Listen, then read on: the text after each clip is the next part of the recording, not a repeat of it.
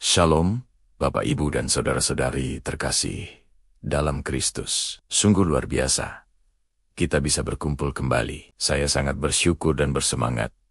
Karena hari ini, kita akan memulai sebuah perjalanan baru. Kita akan sama-sama mendalami materi pembelajaran dengan tema yang baru. Ini adalah kesempatan istimewa bagi kita semua untuk bertumbuh. Tidak hanya dalam pengetahuan, tetapi juga dalam iman kita kepada Tuhan Yesus. Mari kita buka hati dan pikiran kita. Izinkan Roh Kudus menuntun dan menerangi setiap langkah kita dalam pembelajaran ini. Saya percaya, melalui tema yang baru ini, Tuhan telah menyiapkan berkat dan hikmat yang luar biasa bagi kita. Mari kita awali dengan doa, memohon penyertaan-Nya, agar apa yang kita pelajari dapat menjadi berkat dan memuliakan nama-Nya. Tuhan Yesus memberkati kita semua. Terima kasih telah bergabung. Jangan lupa ikuti terus perjalanan kita. Pernah nggak sih kamu merasa hidup lagi di titik terendah, merasa sendirian, kehilangan harapan, dan nggak tahu harus melangkah kemana? Kalau pernah, kamu nggak sendirian. Hari ini, aku mau ajak kamu kenalan sama dua perempuan luar biasa dari masa lalu, yang kisahnya bisa jadi inspirasi buat kita semua. Ini adalah kisah tentang Naomi dan Ruth, sebuah perjalanan dari nol menjadi pahlawan. Dari kepahitan menjadi kebahagiaan. Cerita ini dimulai di Bethlehem, saat kelaparan hebat melanda. Sebuah keluarga, Elimelech, istrinya Naomi, dan dua anak laki-laki mereka, memutuskan untuk pindah ke negeri Moab untuk mencari kehidupan yang lebih baik. Singkat cerita, kedua anak laki-laki Naomi menikah dengan perempuan Moab, yaitu Orpa dan Ruth. Sepertinya semua akan baik-baik saja, kan?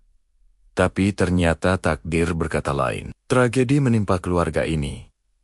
Elimelech, suami Naomi, meninggal dunia. Tidak lama kemudian, kedua anak laki-lakinya juga meninggal. Bisa bayangin gak gimana hancurnya hati Naomi? Dia kehilangan suami dan kedua anaknya di negeri orang. Dia merasakan benar-benar sendirian dan putus asa. Naomi bahkan mengubah namanya menjadi Mara, yang artinya pahit. Karena dia merasa Tuhan telah membuatnya sangat pahit. Dia memutuskan untuk kembali ke kampung halamannya di Bethlehem dengan hati yang hancur dan tanpa harapan. Naomi menyuruh kedua menantunya, Orpa dan Ruth, untuk kembali ke keluarga mereka masing-masing. Naomi merasa dia sudah tidak punya apa-apa lagi untuk ditawarkan. Orpa, dengan berat hati, akhirnya setuju dan kembali ke keluarganya. Tapi Ruth, dia membuat sebuah keputusan yang mengubah hidupnya selamanya. Ruth menolak untuk meninggalkan Naomi. Dia bilang, "Jangan paksa aku meninggalkan engkau dan pulang. Kemana engkau pergi, ke situ jugalah aku pergi. Bangsamu akan menjadi bangsaku, dan Tuhanmu akan menjadi Tuhanku." Wow, ini bukan sekadar janji setia. Ini adalah komitmen total. Ruth memilih untuk meninggalkan tanah airnya, keluarganya, dan kepercayaannya. Demi menemani ibu mertuanya yang sedang berduka, dia memilih untuk melangkah ke tempat yang sama sekali asing. Tanpa jaminan apapun, hanya berbekal kesetiaan dan kasih. Mereka berdua pun tiba di Bethlehem, tepat pada awal musim panen jelai.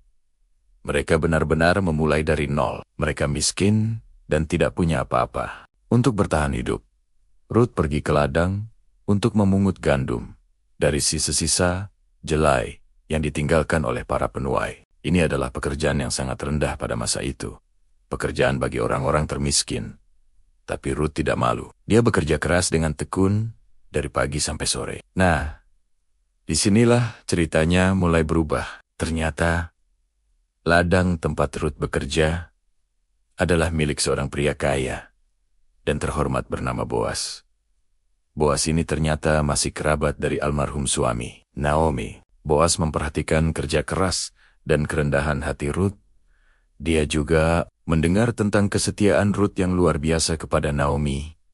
Terkesan dengan karakter Ruth, Boas menunjukkan kebaikan hatinya. Dia memastikan Ruth aman, memberinya makanan, dan bahkan memerintahkan para pekerjanya untuk sengaja meninggalkan lebih banyak jelai, agar bisa dipungut oleh Rut. Naomi, yang awalnya merasa pahit, mulai melihat secercah harapan. Dia melihat kebaikan Boas sebagai tanda bahwa Tuhan tidak melupakan mereka.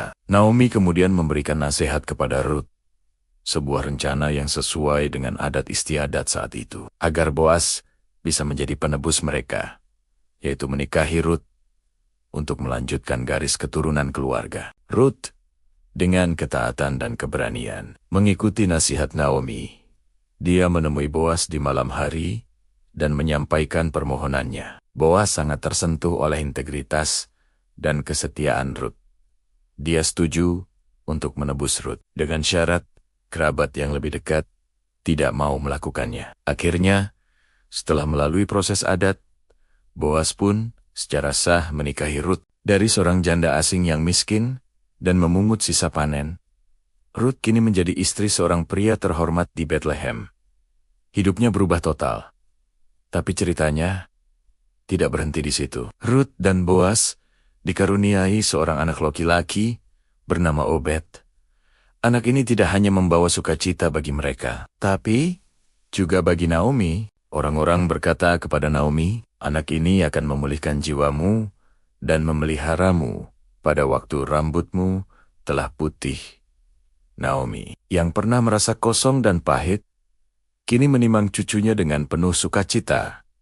Dan puncaknya, Obed, anak Rut, dan Boas adalah kakek dari Raja Daud, salah satu raja terbesar dalam sejarah Israel. Ya, dari seorang perempuan Moab yang dianggap asing, lahirlah garis keturunan raja yang agung.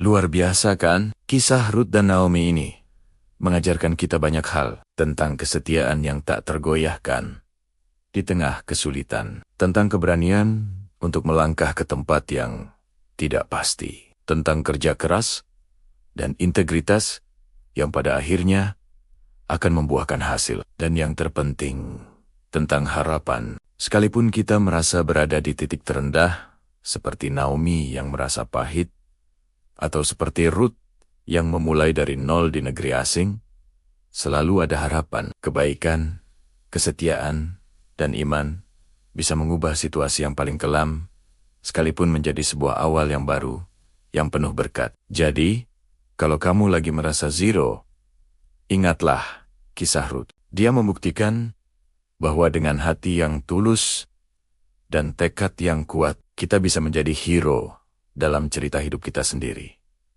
Terima kasih sudah nonton video ini. Jangan lupa like, komen, dan subscribe ya. Sampai jumpa di video selanjutnya.